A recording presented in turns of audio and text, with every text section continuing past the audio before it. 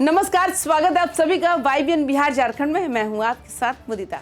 सोचिए, आपको किसी कुख्यात गैंगस्टर से फोन आता है और सामने वाला कहता है कि सलमान खान के साथ स्टेज पर मत दिखना, नहीं तो अंजाम बुरा होगा। आप क्या करेंगे? स्टेज पर जाने से पहले 10 बार सोचेंगे, सुरक्षा बढ़ाएंगे, आयोजकों को बोलेंगे कि भाई मेरा नाम हटाओ। लेकिन नहीं, भोजपुरी सुपरस्टार पवन सिंह ने ऐसा कुछ नहीं किया। धमकी मिली और उसके कुछ घंटों बाद ही वो मुंबई के बिग बॉस 19 के स्टेज पर सलमान खान के साथ आकर खड़े हो गए। डांस किया, हंस गाए और पूरे कॉन्फिडेंस के साथ स्टेज पर परफॉर्म भी किया।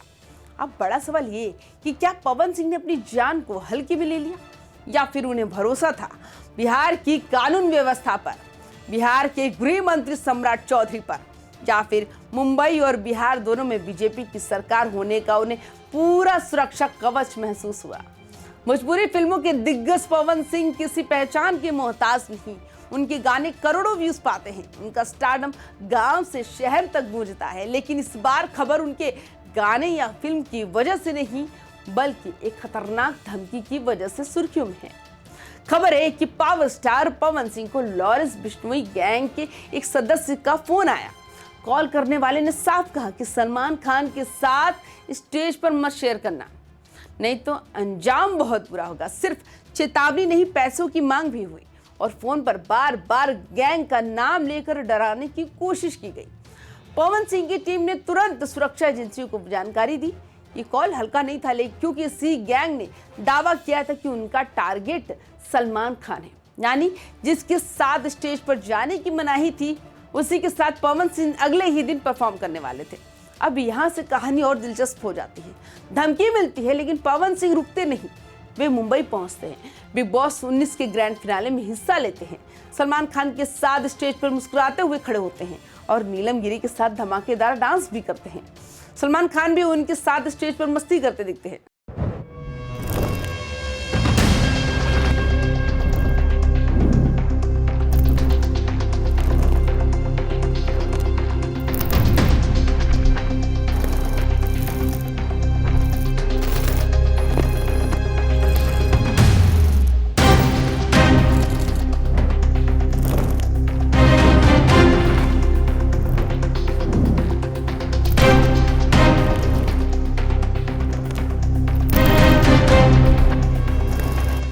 अब यहाँ पर बड़ा सवाल यही है कि आखिर पवन सिंह ने इतना बड़ा रिस्क क्यों लिया। धमकी मिलने के बावजूद वो दिल्ली मुंबई की फ्लाइट पकड़ लेते हैं, स्टेज पर चढ़ जाते हैं और ऐसे परफॉर्म करते जैसे कुछ हुआ ही नहीं। क्या उन्हें डर नहीं लगा? क्या उन्हें अपनी सिक्योरिटी पर पूरा भरोसा था, या फिर इसके पीछे राजनीतिक और प्रशासनिक सुरक्षा की बड़ी छतरी है? पवन सिंह को अक्टूबर 2024 में ही वाई कैटेगरी की सिक्योरिटी मिल चुकी है। गृह मंत्रालय ने इंटेलिजेंस इनपुट के बाद ये सुरक्षा दी। इसमें 24 घंटे सुरक्षा कर्मी, लगातार निगरानी और ट्रैवल के टाइम विशेष प्रोटेक्शन शामिल होता है। यानी कह सकते हैं कि पवन सिंह को सरकारी सुरक्षा पर भरोसा था। और बिहार और मुंबई दोनों जगह बीजेपी की सरकार है, तो ये भरोसा और मजबूत हो जाता है। लेकिन मामला सिर्फ सुरक्षा का नहीं, इस कहानी का दूसरा बड़ा एंगल है बिहार का कानून व्यवस्था मॉडल और बिहार के उप मुख्यमंत्री व गृह मंत्री सम्राट चौधरी का अप्रोच। सम्राट चौधरी बार बार कह चुके हैं बिहार में किसी की गुंडागर्दी नहीं चलेगी, मतलब नहीं चलेगी। माफिया, क्राइम, रंगदारी सबका अंत होगा। कानून तोड़ने वाले चाहे कोई भी हो, छोड़ा नहीं जाएगा। अब सोचिए, एक तरफ लॉरेंस जैसा गैंगस्टर है, दूसरी तरफ सम्राट चौधरी की सख्त छवि। पवन सिंह को इससे एक बात समझ में आती है कि बिहार में उनकी सुरक्षा किसी भी कीमत पर टूटने नहीं दी जाएगी। और शायद यही कारण है कि वो उस फोन कॉल को हल्के में लेकर भी स्टेज पर चले जाते हैं। ये भी एक अहम फैक्टर है। मुंबई में भी बीजेपी सत्ता में है। सलमान खान को Y+ सिक्योरिटी मिली हुई है, उनके घर पर फायरिंग हुई होती है, सुरक्षा 3 गुना बढ़ा दी गई। ऐसे में पवन सिंह को लगा होगा कि अगर सलमान खान की इतनी हाई क्लास सुरक्षा है तो उनके साथ खड़े होने पर भी खतरा कम ही रहेगा।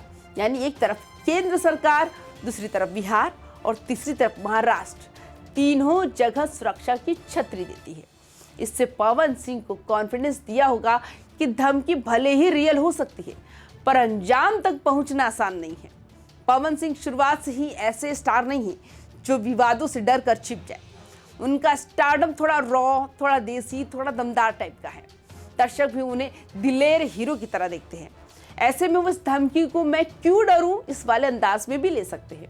और यही वजह है ना सिर्फ वो स्टेज पर गए बल्कि पूरे कॉन्फिडेंस से परफॉर्म भी करते रहे। लेकिन क्या लॉरेंस बिश्नोई पवन सिंह को टारगेट कर रहा है?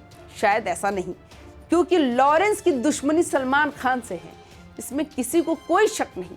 ये कॉल शायद सलमान तक पहुंचने का प्रयास रहा हो या पवन सिंह को जरिया बनाकर पब्लिसिटी लेने का तरीका हो सकता है। लेकिन फिर भी धमकी तो धमकी होती है, उसे हल्के में लेना एक रिस्क है और पवन सिंह ने इसे लिया। बिहार में एनडीए की सरकार है। सम्राट चौधरी कानून व्यवस्था को लेकर बेहद सख्त बयान देते आए हैं। कई बार उन्होंने माफियाओं को खुली चुनौती दी है। जब पवन सिंह जैसे बड़े स्टार को धमकी मिलती है तो बिहार प्रशासन और गृह विभाग दोनों हरकत में आते हैं। पवन सिंह जानते हैं कि अगर किसी भी गैंग की जरूरत हुई तो बिहार पुलिस और गृह विभाग उसे पल भर में निपटा देंगे। यही कानून पर भरोसा उनका सबसे बड़ा हथियार रहा। धमकी मिलने के बाद भी स्टेज पर जाना, सलमान के साथ खड़ा होना, डांस करना और मीडिया के सामने बिना डरे पब्लिकली इवेंट में दिखना एक बड़ा मैसेज देता है कि बिहार के सितारे डरते नहीं, कानून व्यवस्था पर भरोसा रखते हैं और गुंडागर्दी को चुनौती देने से भी पीछे नहीं हटते।